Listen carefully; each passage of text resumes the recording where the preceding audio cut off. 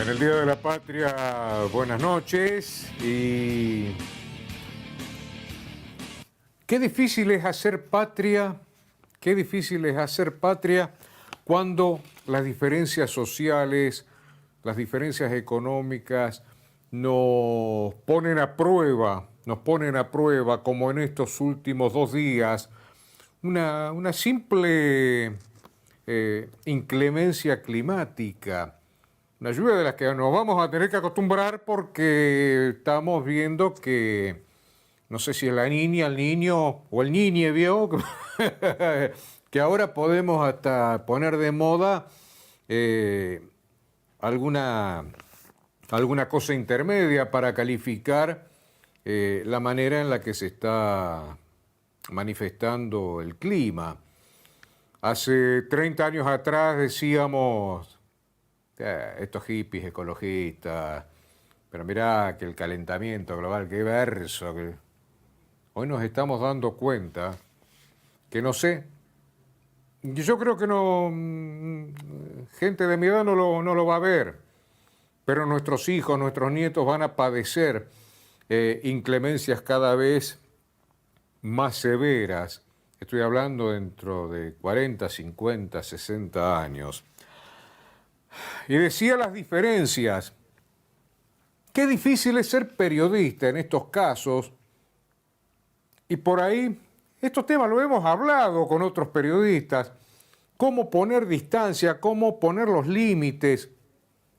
Cuando uno vive, o sea, gente, yo no vivo adentro de esta cajita cuadrada, ¿vio? O sea, yo no termino el programa, me meten en una valijita y me guardan hasta el jueves que viene. Camino la vereda que camina usted, voy al supermercado como va usted.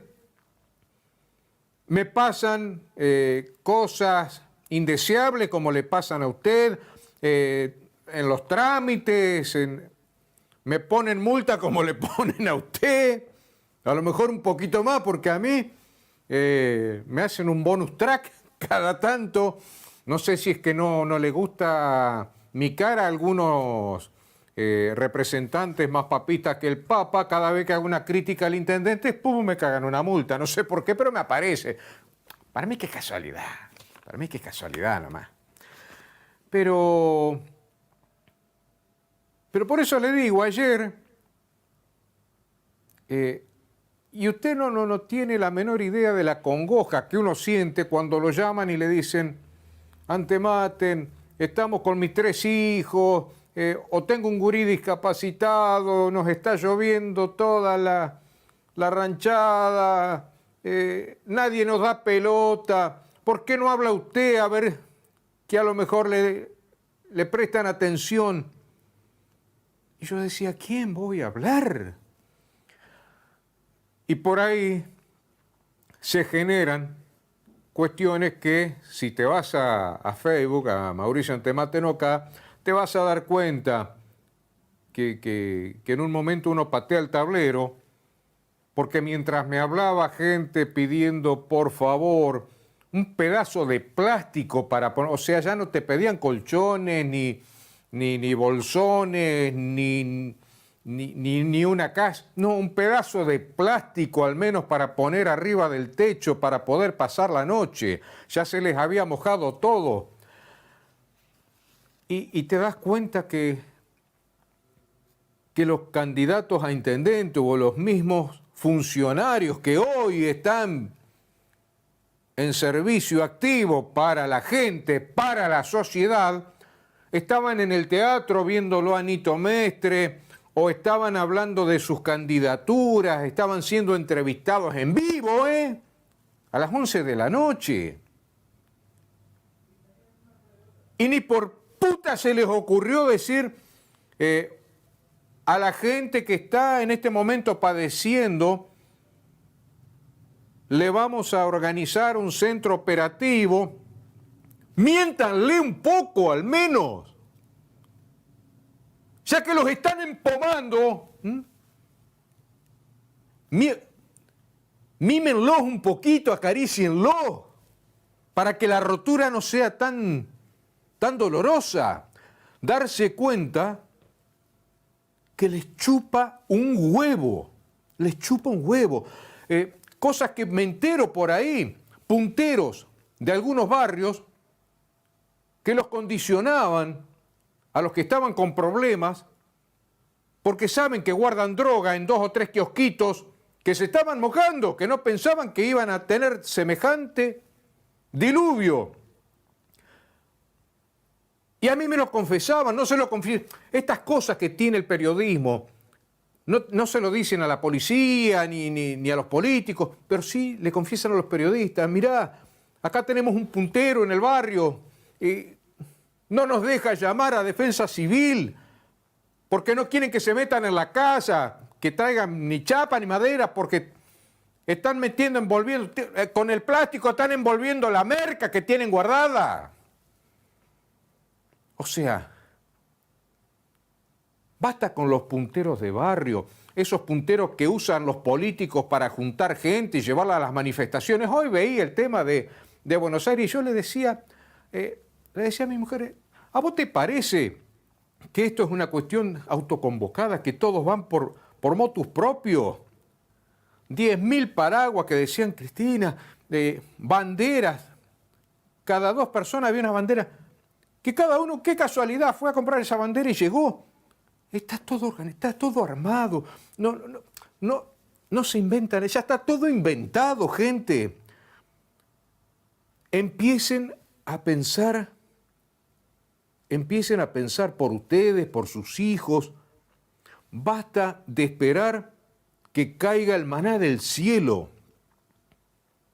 Basta de esperar porque eso que leyeron a lo mejor en algún pasaje bíblico no se da con los políticos. O sea, te van a usar y después te van a descartar, como los forros que están descartando hoy, que ayer se dieron cuenta que no les da pelota a nadie. Y llaman a los periodistas, yo no te fui a prometer nada, le decía a una mujer, que me empezó a insultar porque decía, ¿por qué no traen una cámara? Y llorando te lo dicen. Empecemos a poner las barbas en remojo. Y agua tuvimos bastante como para que se nos aflojen los tornillos, esos que tenemos oxidados y a veces no nos dejan abrir la mente. 20 de mayo, fue el sábado, se cumplieron 25 años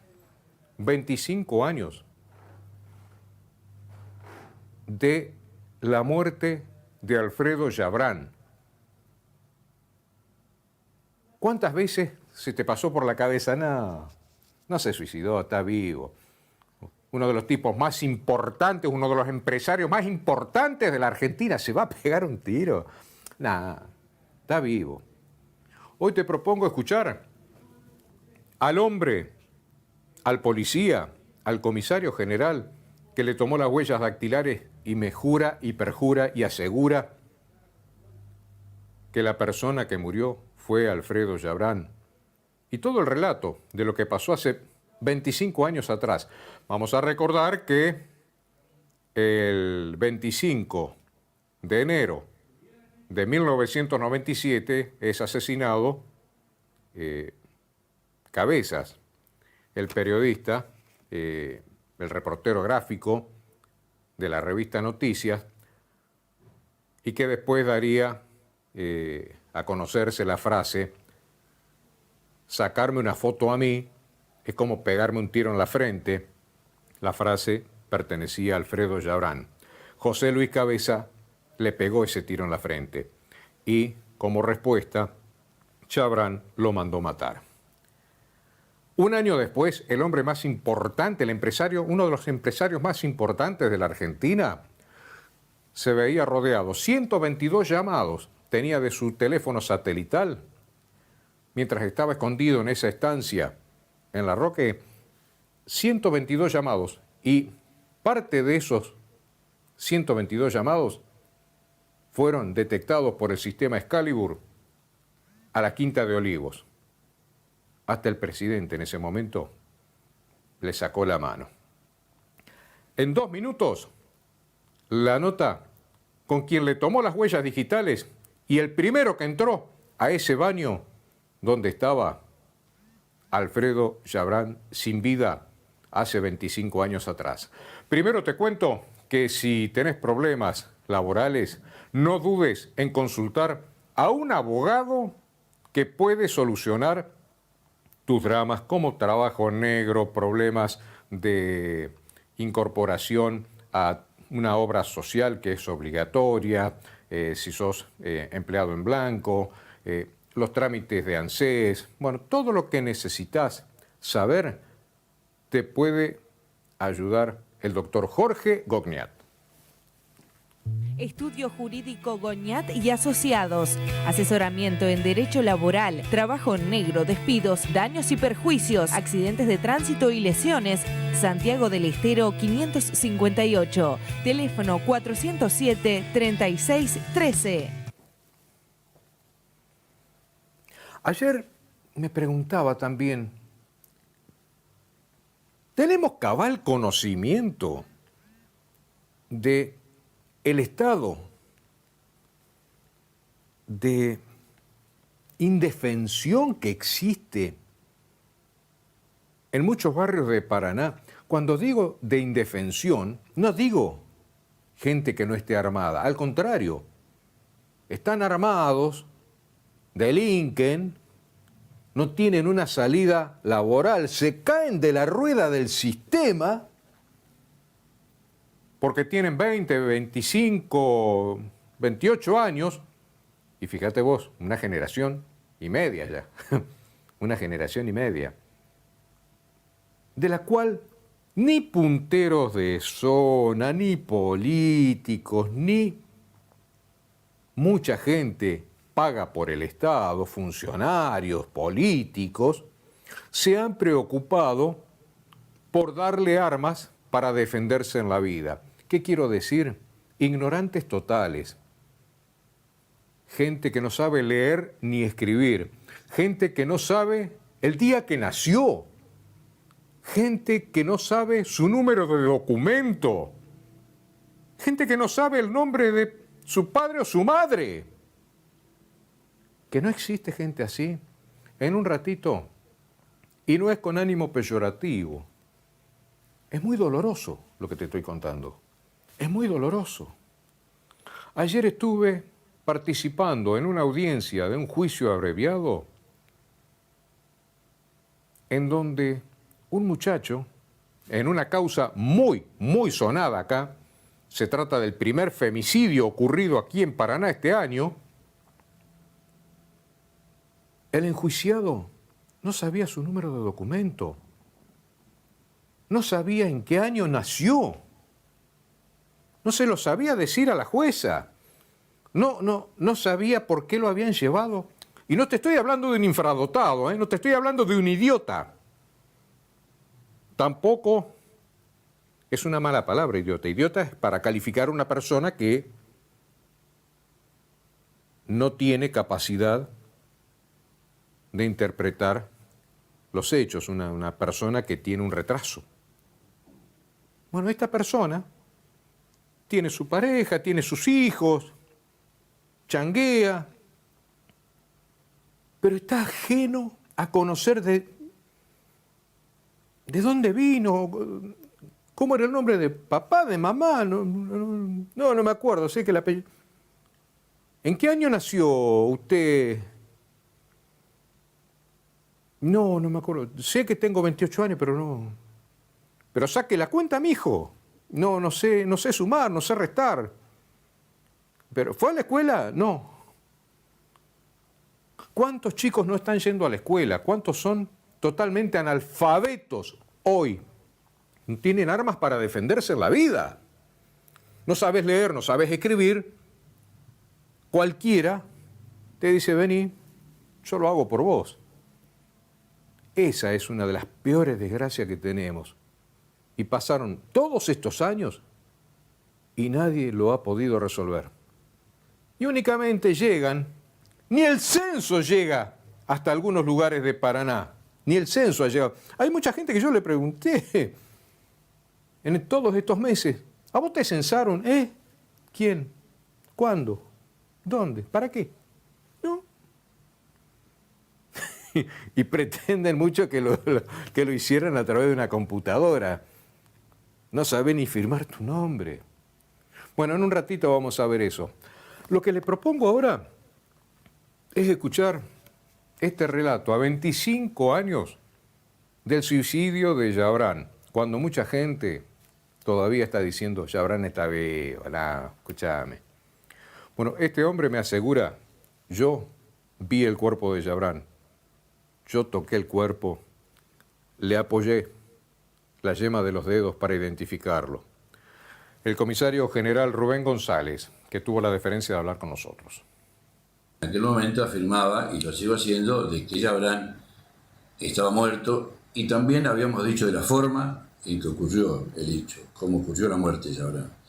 La muerte de Yabrán fue un suicidio que ocurrió dentro de una de las casas que él tenía en su estancia en el departamento de Gualeguaychú.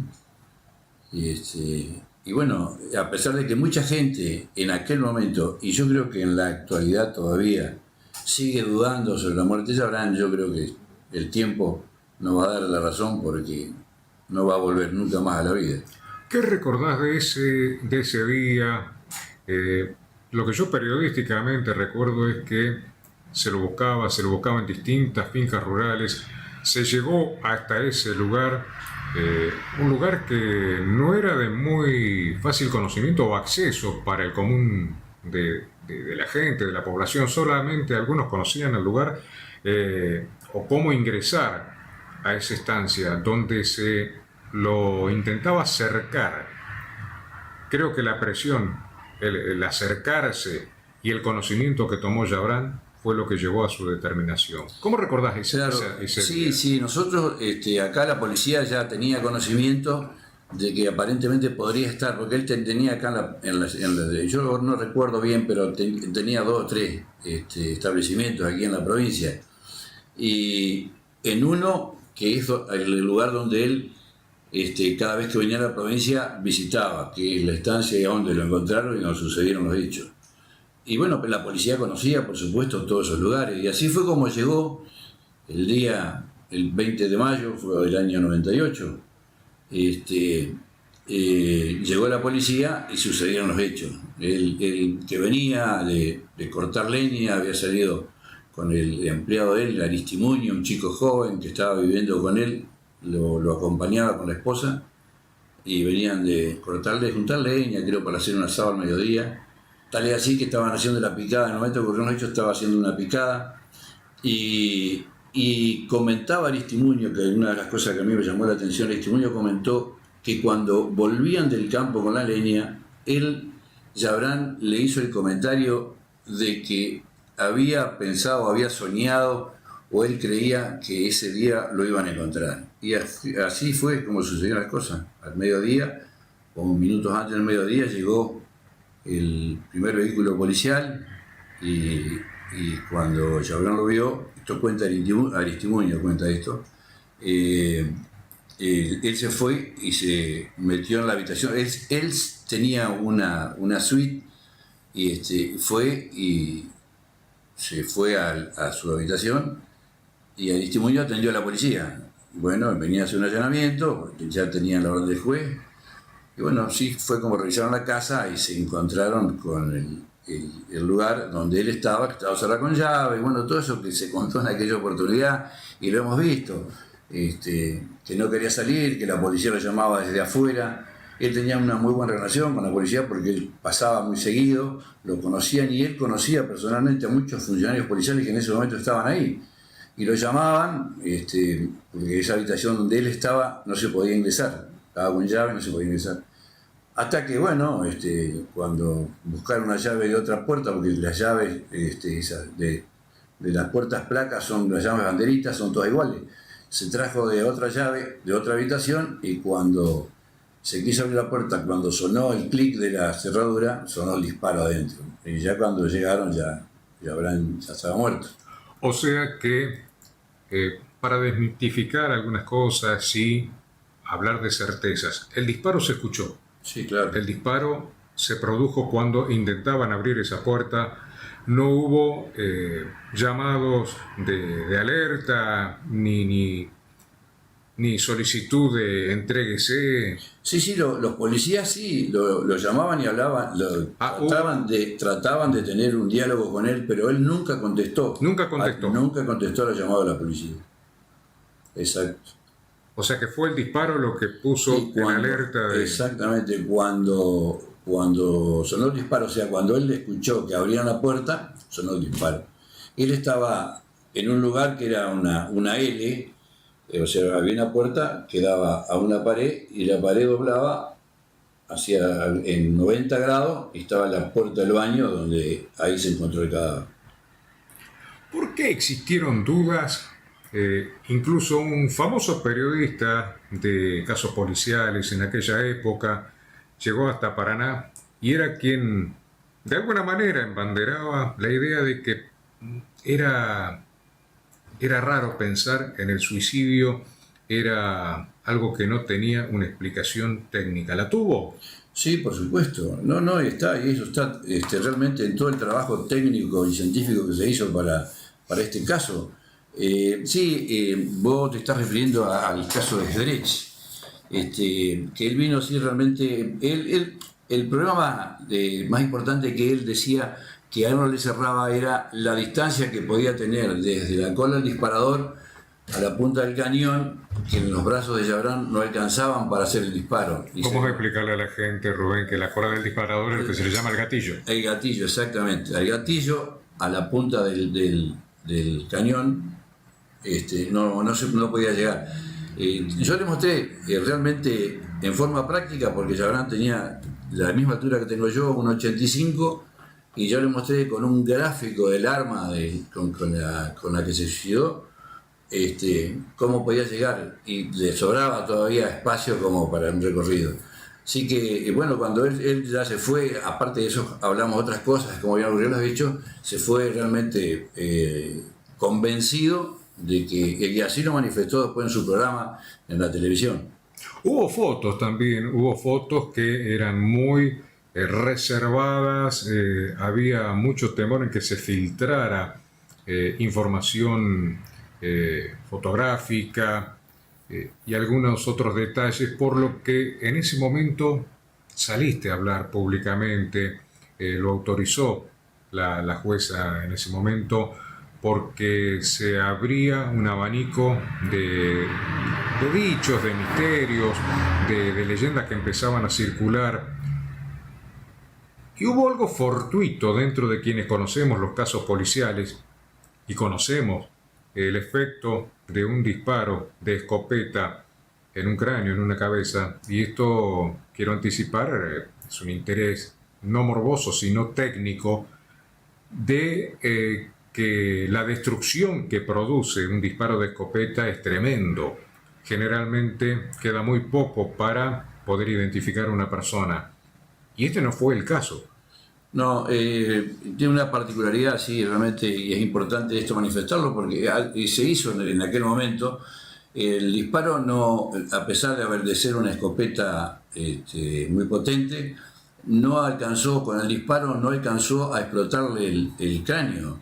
O sea, que es algo muy común. Que es muy común en todos los hechos, generalmente con escopeta o con armas de grueso calibre, que el cráneo explote, o por lo menos tenga el agujero cuando es un proyectil único. Que deja nada más que un agujero. En el caso de una escopeta generalmente se parte y se hace más grande el perforado. En este caso no perforó, el cráneo no explotó y quedó el proyectil adentro. ¿Pudiste reconocer las facciones de Jabrán que te indicaran es la persona que, según su rostro, me está indicando? Mirá, Mauricio, el de la foto, esa foto que nadie conocía, esa foto que era muy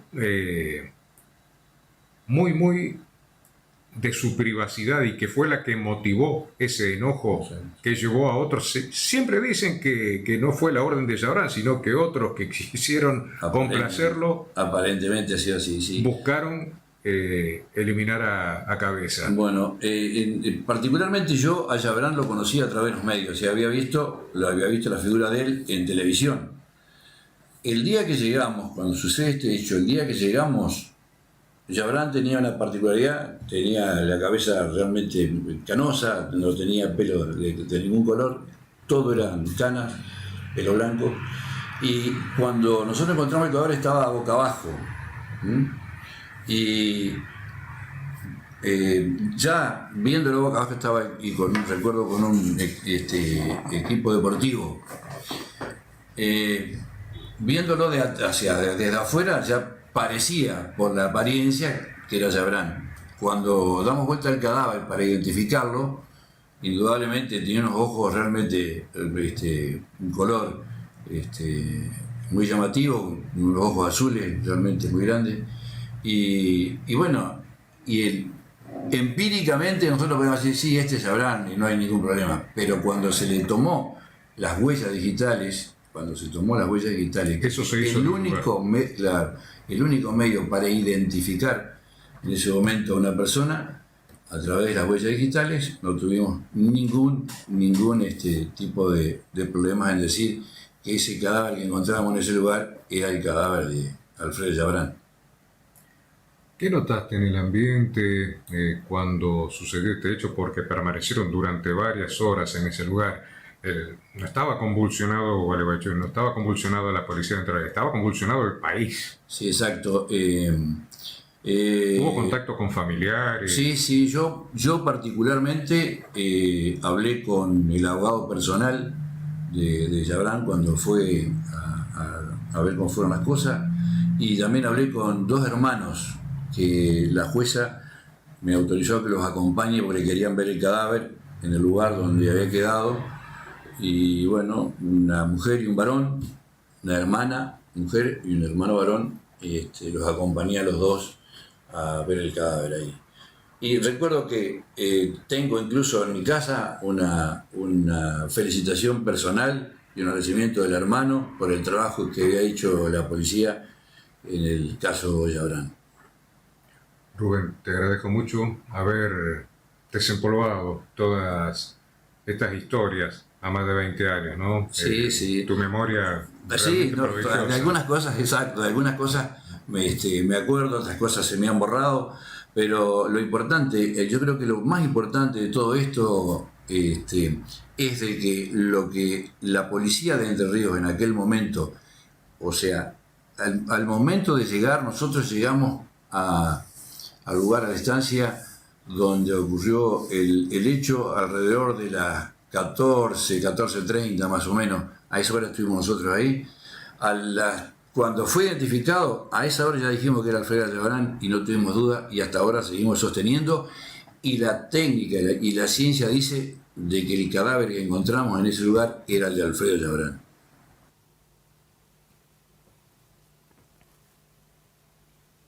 A 25 años del suicidio de Alfredo Yabrán, la persona que le tomó las impresiones digitales póstumas para establecer la identidad, lo sigue sosteniendo, lo sigue confirmando y aleja todo tipo de leyenda que exista, rebatiéndolo nada más y nada menos que con la versión científica.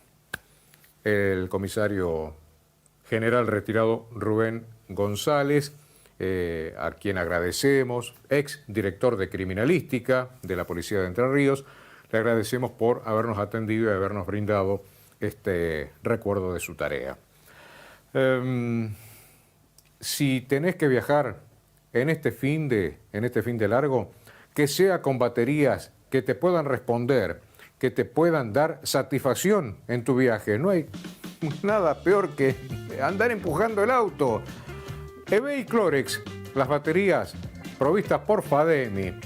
Desde hace 50 años Fademi, que nació en La Roque, está trabajando con baterías de primera calidad. En Carbón 728 y en Avenida Ramírez al 1880, las sucursales de Fademi en Paraná para sus baterías EV y Clorex. No te quedes en el camino, hacé este camino con baterías EV y Clorex de Fademi.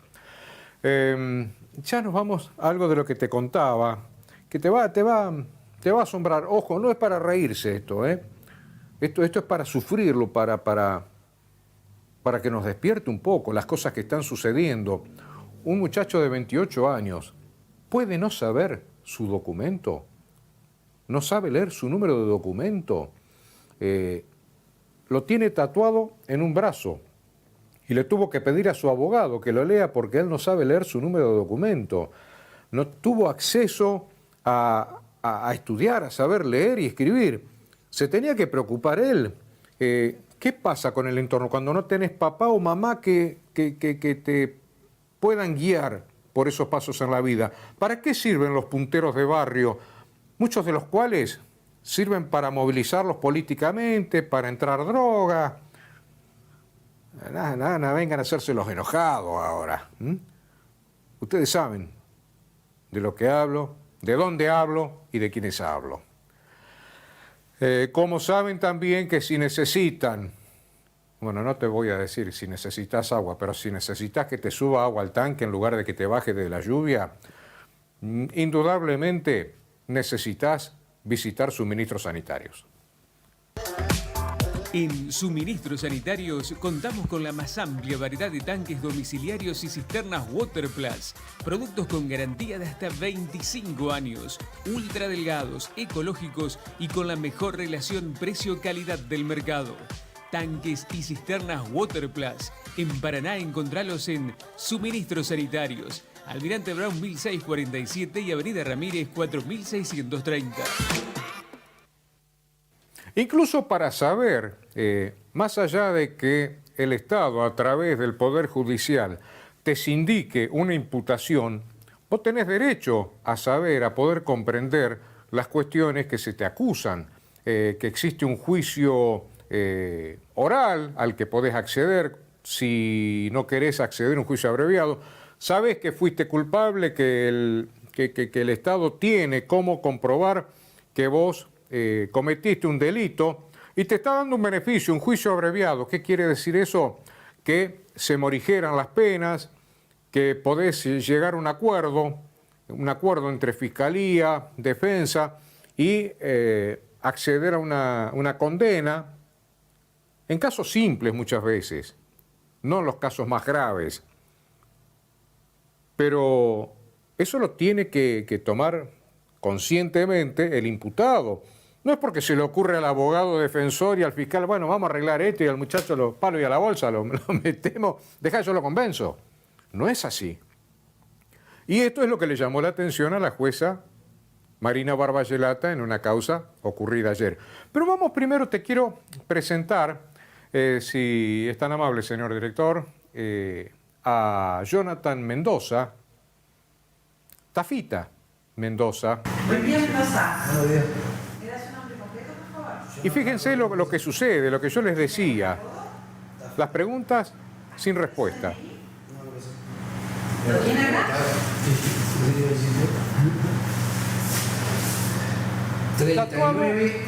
Tatuado en el brazo 27, 12, el documento y le tuvo que pedir al abogado que lo lea porque él no sabe leer su número de documento.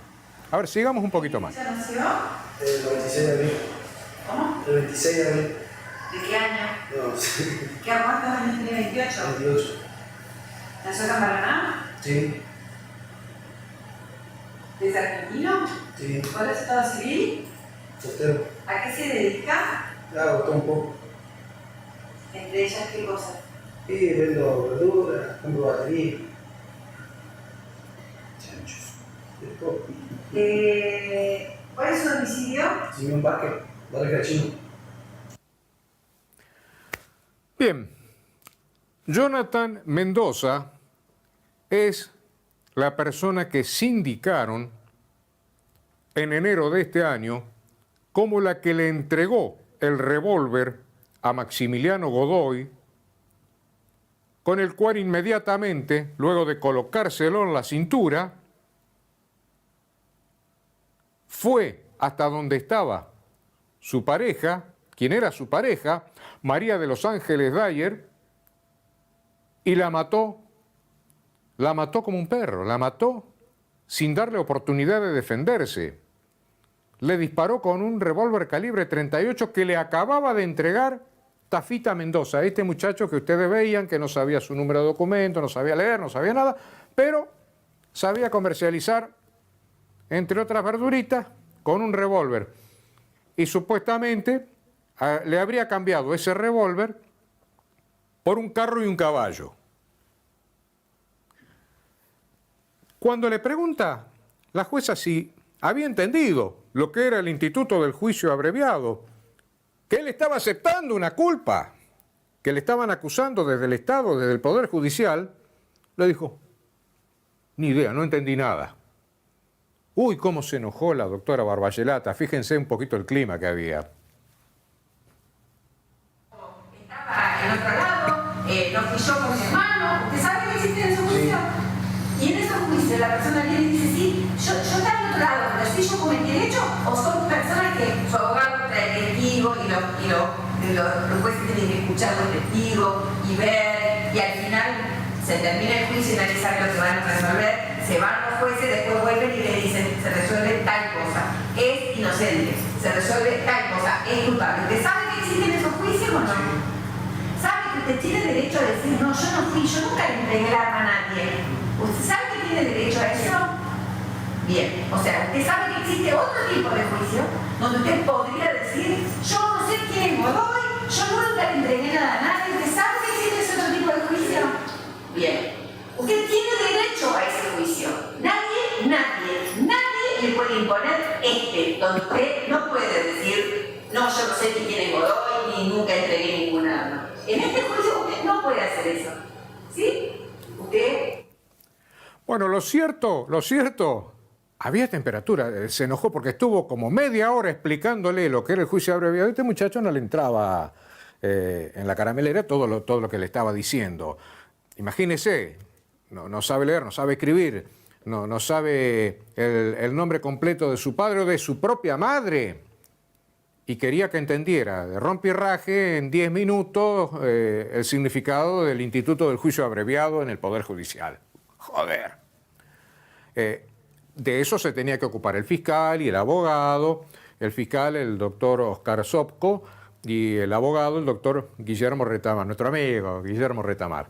Pero fruncían el culo todo. Cuando se enojó la doctora Barballelata, empezaron a fruncir todo. Claro, el tema está en que esta historia empezó con un femicidio, con una acusación de partícipe necesario, o sea, es algo gravísimo. Vas a jurado popular de cajón con eso. Partícipe necesario, o sea, fuiste parte de pergeniar el femicidio. Voy a matar a mi mujer, Tomás, yo te doy el revólver. Te pasó el revólver. Maximiliano Godoy se lo calzó en la cintura, mató a María de los Ángeles Dyer. Listo, partícipe necesario. Teníamos que escribir Gregorio y formalizar todo esto. Y y no alcanzó para Gregorio y quedamos en Grego. ¿Cómo termina esta historia? Jonathan Mendoza, alias Tafita, para lograr que encaje en el juicio abreviado, cosa que yo creo a la doctora Barballelata no le sonaba bien, porque sabemos que hay una política de ir en contra de la violencia de género, ir en contra de los femicidios, sancionar a todo lo que rodea la violencia contra una mujer. Jonathan Mendoza, esta persona a la que acusaron de haberle entregado el arma para que mate a una mujer, solamente 2 años condicional va a purgar. No va, ni preso va, porque el doctor Oscar Sopko, el fiscal y el defensor coordinaron, negociaron, que no se lo acuse de partícipe necesario, sino de la únicamente venta ilegal de... Es como que yo salgo y le digo a Maximiliano Bercier acá, Che, mirá, tengo un revólver, pero caramelo de goma, no tiene papeles. Yo no soy legítimo usuario, que es lo que exige el RENAR para que yo pueda tener un arma, tenerla encripta, y él tiene que ser legítimo usuario para que yo le pueda vender el arma. Si no lo hago así, lo hago ilegalmente, esa transferencia no tiene esos condimentos de legalidad, estoy cometiendo un delito. Y puedo ser pasible de una acusación, una condena, pero condicional. Es lo que pasó. Es lo que pasó, que fue esta partecita. En fecha 6 de enero de 2023, desconociendo la hora exacta, pero aproximadamente a las 10, en inmediaciones de calle Luis Palma y Amadeo Durán, en la ciudad de Paraná, Entre Ríos, Jonathan Alberto Mendoza, conduciendo un vehículo marca Peugeot 504, dominio colocado RRW 447, le entregó en propia mano un arma de fuego a Maximiliano Rodolfo Godoy, siendo un revólver calibre .38 largo, sin poseer ninguno de los dos, tanto Godoy como Mendoza, autorización administrativa para tenencia y portación de arma de fuego, ni pudo acreditar a Maximiliano Rodolfo Godoy la condición de legítimo usuario de armas de fuego.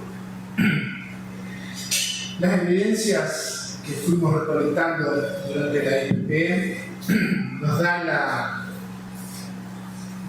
estos elementos de cargo y esta convicción positiva de la materialidad y la autoría de Jonathan Mendoza en la entrega de aquella arma de fuego a quien minutos más tarde realiza o efectúa disparos hacia la víctima, la fallecida señora Gallo.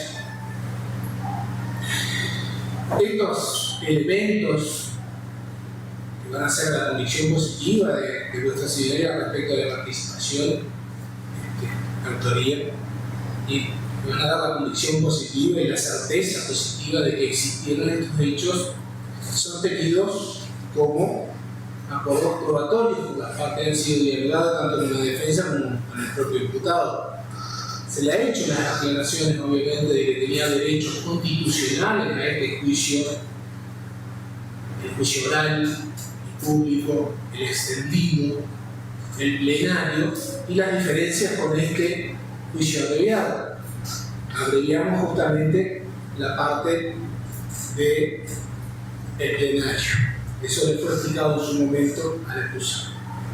Por ello es que ingresamos estos elementos como prueba y acuerdos probatorios con la defensa. Se fundamenta la acusación en lo siguiente, sin perjuicio obviamente de la confesión del imputado, porque mismo lo ha explicado señora jueza en el momento en que le pedía que preste atención el señor Mendoza.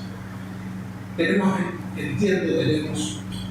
totalmente acreditada la materialidad y la autoridad del hecho, justamente, de las primeras investigaciones que realiza la División de Homicidios y que le dan a ciencia cierta indicios de que previo al suceso luctuoso de ese 6 de enero de 2023, minutos previos, una persona en un automóvil se había conducido hasta las inmediaciones de Amadeo Gros y Palma de la ciudad de Paraná, Entre Ríos, le había entregado finalmente un arma de fuego a quien sería después el responsable de la muerte de la señora Talia.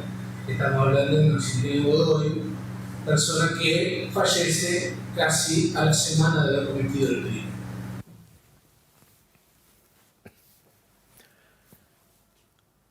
Fallece María de los Ángeles Dyer, 6 de enero, se desarraja un tiro con el mismo revólver provisto por Jonathan Tafita Mendoza, Maximiliano Godoy, muere a la semana.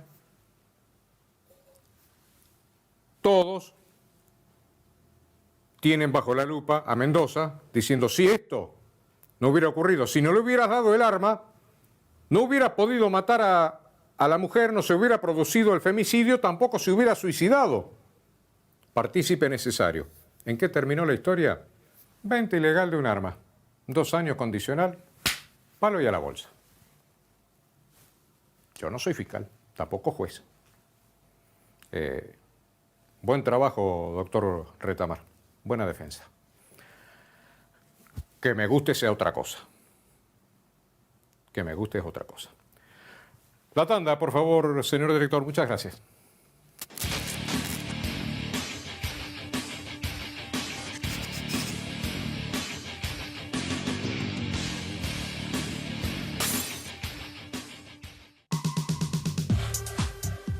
No te dejes sorprender por el verano.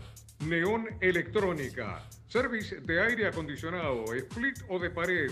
Service de lavarropas. El verano ya está. Neón está atento a tu llamado.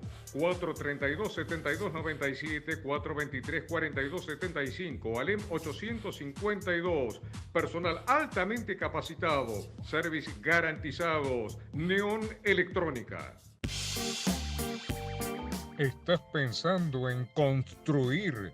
Entonces venite a Corralón Rondó, que tiene amplio stock en materiales gruesos con entrega inmediata. Ladrillos, cemento, arena, viguetas, canto rodado, chapas, aberturas, todo en materiales para la construcción. La mejor atención y asesoramiento. Pedí tu presupuesto en Corralón Rondó. Rondó al 900.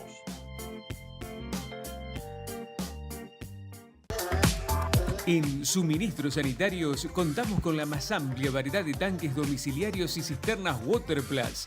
Productos con garantía de hasta 25 años, ultra delgados, ecológicos y con la mejor relación precio-calidad del mercado. Tanques y cisternas Waterplus. En Paraná encontralos en Suministros Sanitarios. Almirante Brown 1647 y Avenida Ramírez 4630. Estudio Jurídico Goñat y Asociados. Asesoramiento en Derecho Laboral, Trabajo Negro, Despidos, Daños y Perjuicios, Accidentes de Tránsito y Lesiones. Santiago del Estero 558. Teléfono 407-3613.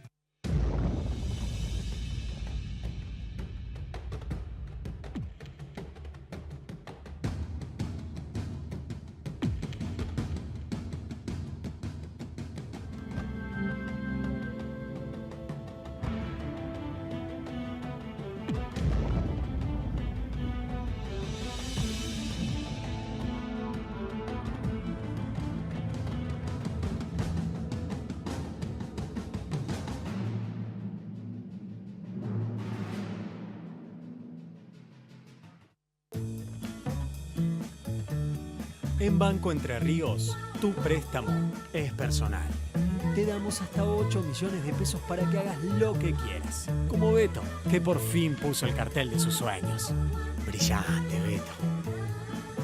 Banco Entre Ríos, acá, para vos.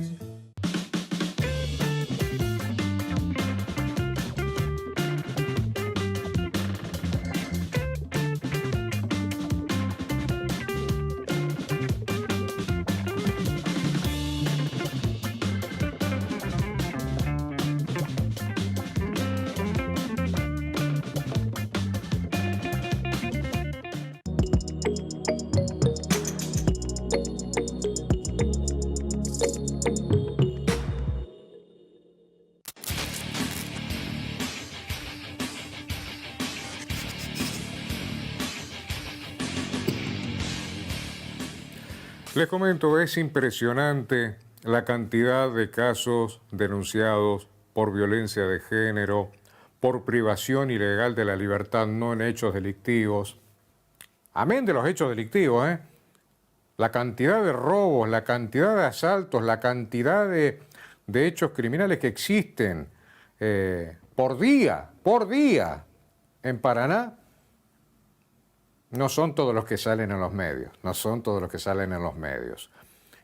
Están preocupando. También en Santa Fe, hoy por ejemplo en Santa Fe, se robaron una caja fuerte en 3 minutos en San José del Rincón. Ya sé, usted vive en Paraná, no en Santa Fe, pero en San José del Rincón. En 3 minutos entraron en un vehículo, rompieron la puerta del correo de San José del Rincón, y se llevaron una caja fuerte, aparentemente en una camioneta. En 3 minutos entraron, rompieron la puerta con la camioneta, cargaron la caja fuerte, y se fueron. Hasta el momento nadie sabe absolutamente nada. En Barrio Guadalupe asesinaron a un hombre para robarle la bicicleta, lo mataron a puñaladas. Bueno, los asaltos que ocurren acá, los casos de violencia de género, en los cuales interviene la Departamental Paraná, detienen a 6, 7 personas por día. Los casos de violencia sexual, los casos de abuso sexual. Yo les mostré alguna vez la grilla de lo que es la agenda de juicios de la OGA, que es la Oficina de Gestión de Audiencias de los Tribunales de Paraná. Es tremendo la cantidad de juicios. Bueno, juicios a los que no se puede acceder periodísticamente. No se puede acceder, son a puertas cerradas. Pero hay otros juicios que son, o audiencias que son libres, de libre acceso para la prensa, y uno de ellos me llamó la atención. Hay temas que les interesa a la gente, me interesan personalmente como periodista, y en uno de los casos no pude ingresar ayer por un pedido amable del fiscal Gonzalo Badano y de la defensora Romina Cian, porque me decían que la persona imputada, una mujer, una joven mujer, que sufría ataques de pánico, que si veía la cámara se iba a estallar en una situación. Yo no la vi tan así. A mí me sonó, discúlpenme si me autopercibo como disidente. Veo que ahora está de moda autopercibirse.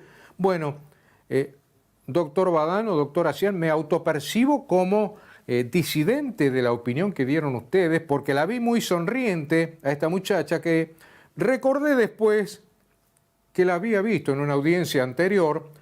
Lo que pasa es que le da vergüenza que la muestren en María Grande.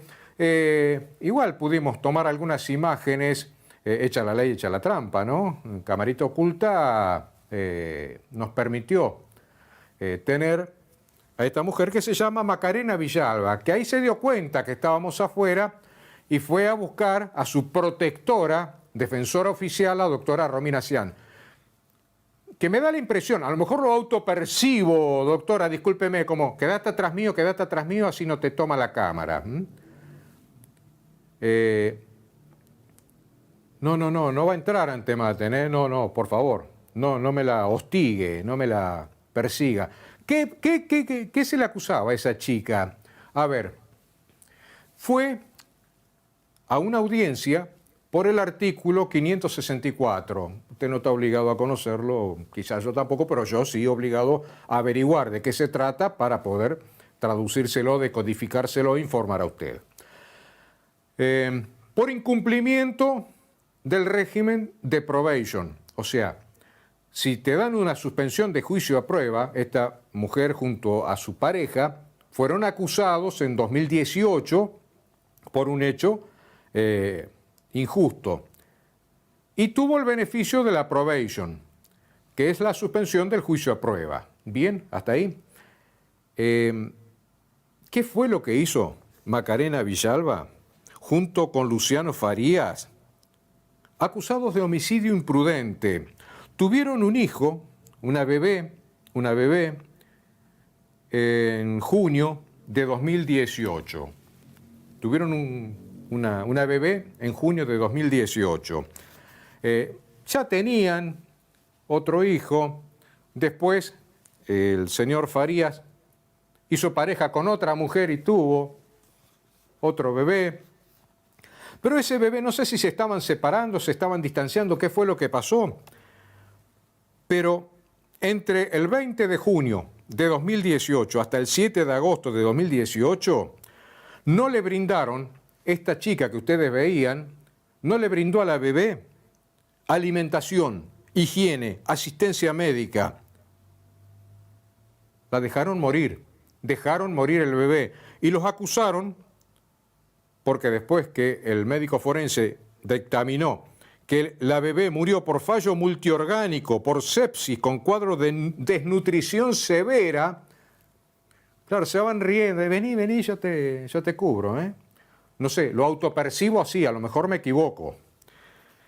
Dejaron morir a la bebé. ¿Cuál fue el castigo? Ir a hacer trabajos no remunerados al hospital Castaldo de María Grande. ¿Qué es lo que se advirtió? Que esta chica no estaba cumpliendo. Entonces, ¿qué dice el juez? No, esto es grave. Porque este es el castigo, ir a cumplir trabajos no remunerados al hospital Castaldo. ¿Qué es lo que dijo Macarena Villalba? ¿Y qué es lo que me parece a mí autopercibo? Que no querían que yo escuchara como periodista. Es bueno, vamos a arreglarle 5 meses más, a ver, capaz que a lo mejor hay un error. Porque Macarena Villalba le echó la culpa a los administrativos del hospital. Les digo para que se vayan avivando en el hospital, que ustedes en el hospital Castaldo le escondieron las planillas, le perdieron las planillas y ella no pudo probar en la justicia que estaba trabajando. Malos ustedes, malos. Sí, ustedes del hospital Castaldo de María Grande. Eso es ilegal. Todos presos tienen que terminar ahí, los que hicieron esto contra Macarena Villalba. Yo autopercibo que no creo que sea así.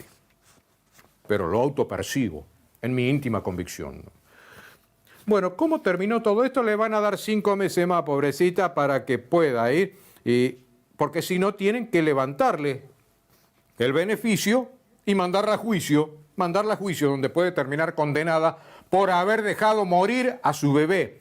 Fíjense lo que es la justicia, ¿no? Limpiás baño durante 5 meses y listo, ya te liberás de culpa de haber dejado morir a tu bebé. Hay que ser hijo de puta para dejar morir un bebé sin darle de comer, sin mandarlo al médico, al centro de salud, lo tenías gratis.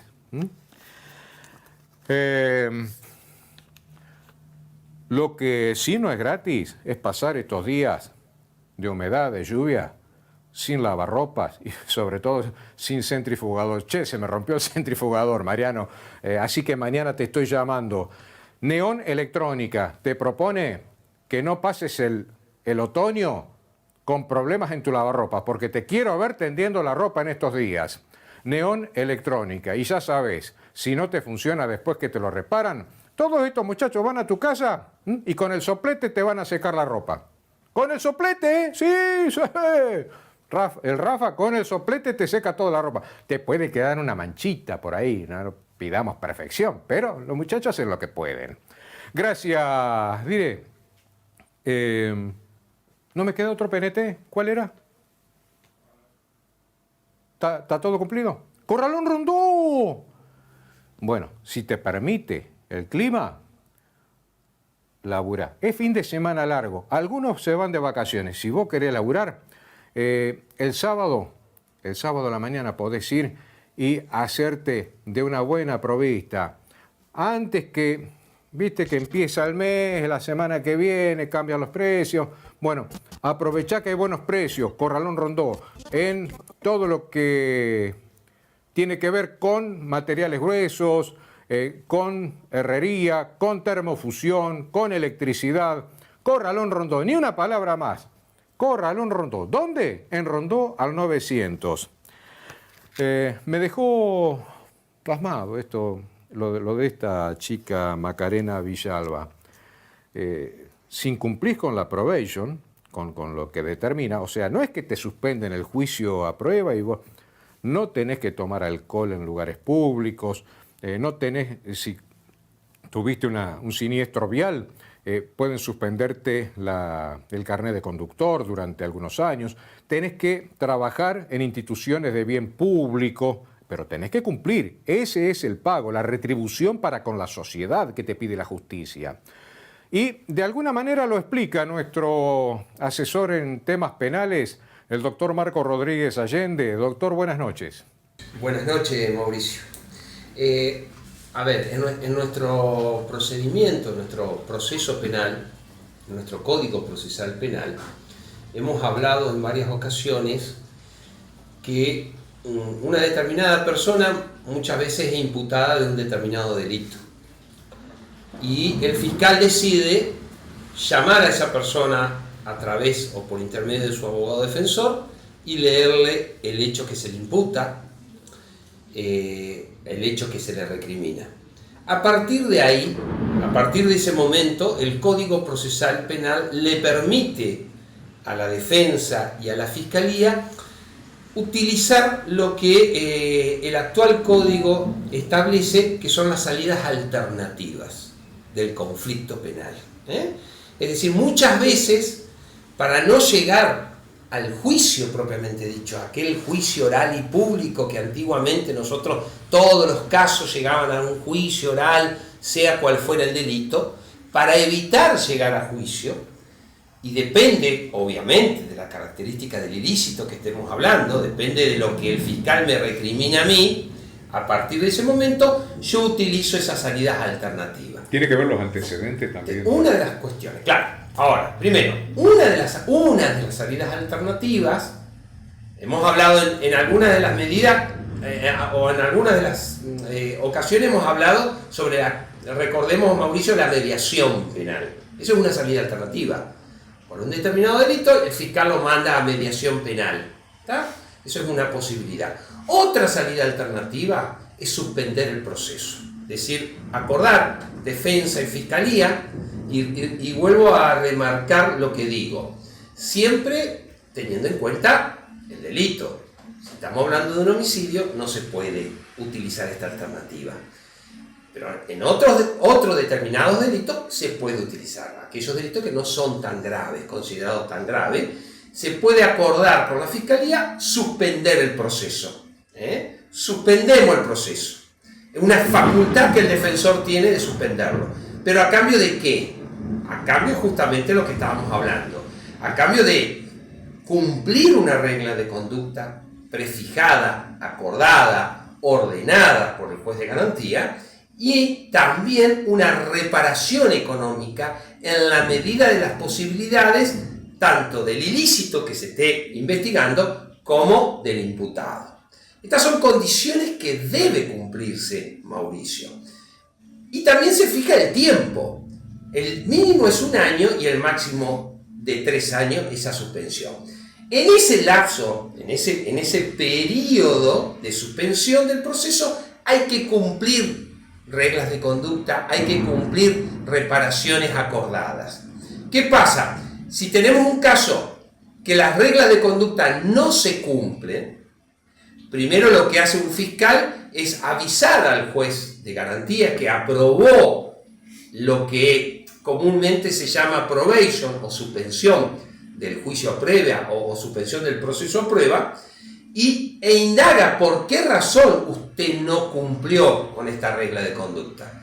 A veces puede ser que pueda haber alguna justificación o no, pero lo que sí se debe determinar por qué razón, porque hay un organismo que se llama OMA, que es la oficina encargada de regular y de hacer valer que esas reglas de conducta se cumplan. Oficina de Medios Alternativos. La OMA, exactamente. Si esa oficina informa al juez de garantía que no cumplió la fiscalía, el juez de garantía, como una suerte de una oportunidad, a veces depende del criterio de cada juez de garantía, le pregunta al imputado qué pasó, por qué no cumplió, y lo intima ya a que cumpla con esa regla de conducta.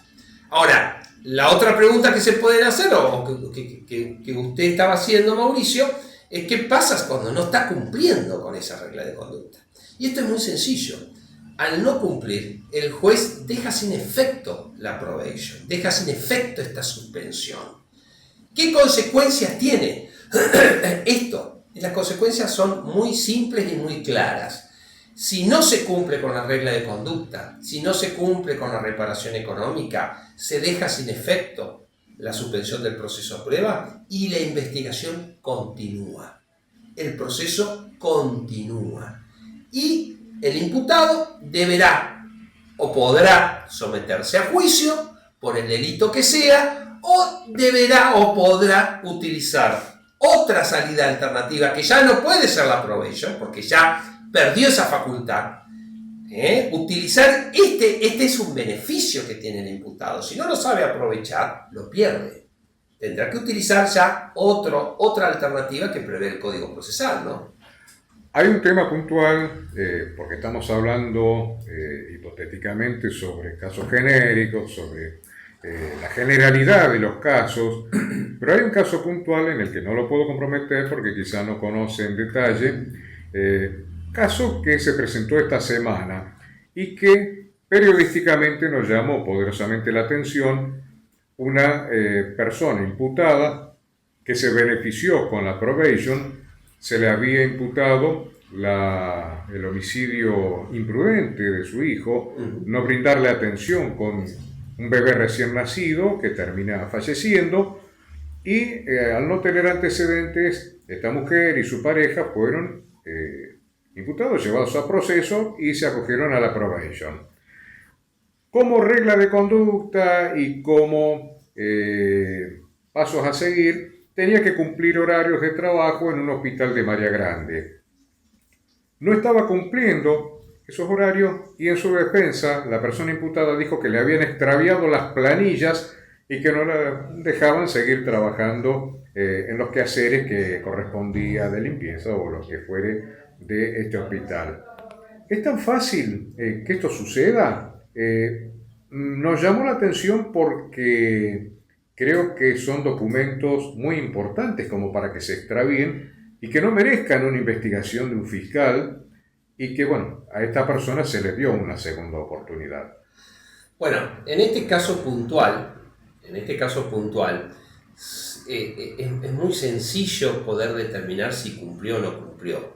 Acá lo que debería hacer el Ministerio Público Fiscal, si le interesa indagar el cumplimiento o incumplimiento de las reglas de conducta, es llamar a una entrevista, que puede ser telefónica, a la directora o a la encargada de firmar esas planillas y preguntarle si efectivamente la imputada cumplió en tiempo y forma.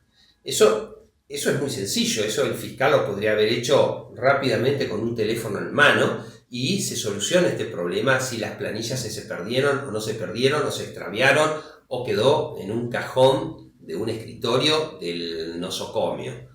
Pero bueno, normalmente, Mauricio, se suele dar una oportunidad, se le suele dar una posibilidad de, en este caso, vamos a darle el beneficio de la duda, si la imputada dice que cumplió con las actividades y el juzgado de garantía no llamó a la responsable de las planillas, porque esto podía haberse llamado a la responsable y la responsable dice, sí, cumplió, pero las planillas se nos extravió, bueno, puede pasar. Pero como esto no ocurrió, se le dio una oportunidad, una última oportunidad, Mauricio. Esta señorita, la imputada, tiene una última oportunidad de poder cumplir con estas reglas de conducta. En caso que no lo cumpla, volvemos al inicio. Los efectos de la suspensión se extinguen, es decir, no hay la probation, la pierde este beneficio y el proceso debe continuar. Acá la sociedad tiene que entender que tanto el Código Procesal Penal como el Código Penal, ambos códigos, le da esta posibilidad, este beneficio al imputado, que no siempre se le puede dar. Por eso hay que aprovecharlo, cumplir con las reglas de conducta, cumplir con la reparación económica. ¿Por qué?